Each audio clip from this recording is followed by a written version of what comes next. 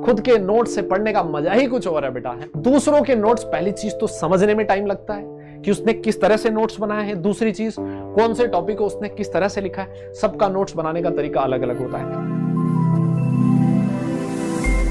बेटा। इन 9 सालों में जो सबसे बड़ी चीज मैंने जो फील करी है बच्चों के पॉइंट ऑफ व्यू से, इररेस्पेक्टिव ऑफ द एग्जाम, कि वो भले आईआईटी जेईई का एग्जाम है या फिर नीट का एग्जाम है, इट डजंट मैटर।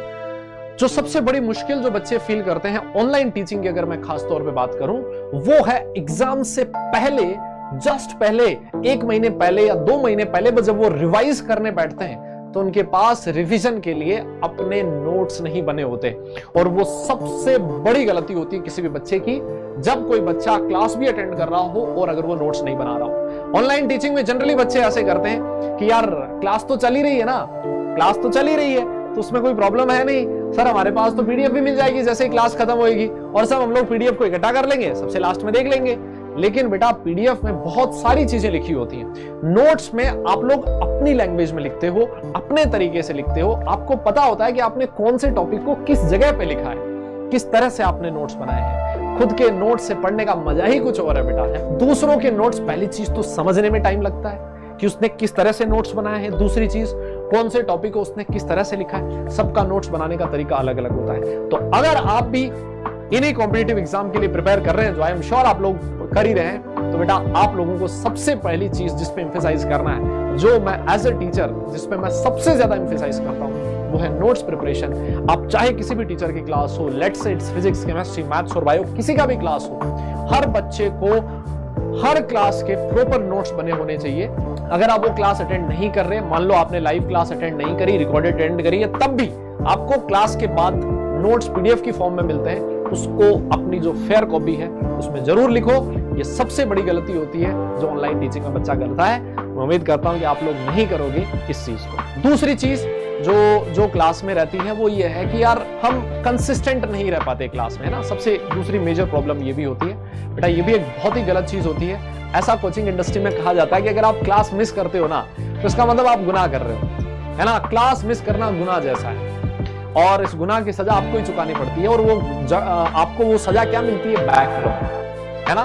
क्योंकि यहां पर जब आप कॉम्पिटिटिव एग्जाम के लिए प्रिपेयर करते हो तो इतना सारा कंटेंट, हैवी क्लास होता है, 2 घंटे का, 1.5 घंटे का, 1.25 घंटे का, जितना भी क्लास हो, इतनी हैवी क्लास होती है कि आप किसी भी क्लास को मिस करना अफोर्ड नहीं कर सकते, क्योंकि वो इतना बैकलॉग फिगर इकट्ठा होता जाएगा और उसको कवर करने में आपको एक्स्ट्रा टाइम देना पड़ेगा। और अगर मान लो बाय द वे आप एक्स्ट्रा टाइम नहीं निकाल पाए तो बैकलॉग बहुत इकट्ठा हो जाएगा और बहुत सारे टाइम तक आपको परेशान करने वाला है। इसकी वजह से आप अपना कॉन्फिडेंस भी लूज करने लगोगे। तीसरी चीज, रिवाइज विद इन 24 आवर्स। जो भी चीज आप क्लास में पढ़ते हो उसको 24 आवर्स के टाइम पीरियड में वापस रिवाइज करो। लेट्स से आज आपकी क्लास है, अगली क्लास 24 घंटे बाद है ना।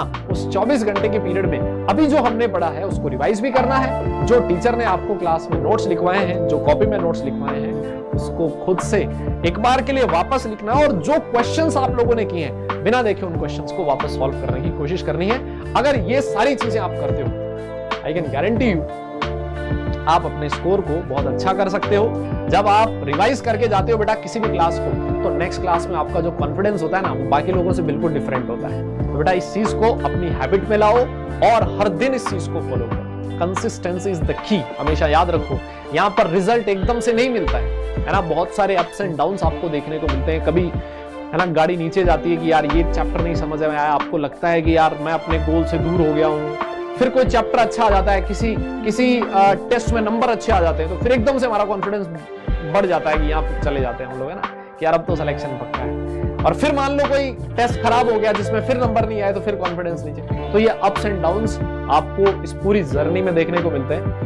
जब भी आप डाउन फील करो, अपने पेरेंट्स से बात करो, फ्रेंड से बात करो, टीचर से बात करो, किसी से भी बात करो और इस फेज से निकल जाओ। ये सबकी लाइफ में आता है, ऐसा नहीं कि सिर्फ आप एज अ स्टूडेंट आपकी लाइफ में आया है। ये आपके साथ जितने भी कॉम्पिटिटर्स हैं, जितने भी बच्चे एग्जाम के लिए प्रिपेयर कर रहे हैं, उन सब की लाइफ में यही वाला टाइम्स, अप्स एंड डाउन्स, ये वाला ग्राफ बनता चला जाएगा। और जो बच्चा डाउनफॉल से ऊपर जितना जल्दी आ जाए, जितना कम टाइम में आ जाए, उतना ही उसके लिए फायदा है, उतना ही उसका टाइम वेस्ट कम होगा, अपना कॉन्फिडेंट वो बचा के रखेगा। तो बेटा इन सारी चीजों को आपको ध्यान रखना है एज अ स्टूडेंट। मैं सिर्फ तुम्हें एक चीज बताना चाह रहा हूं कि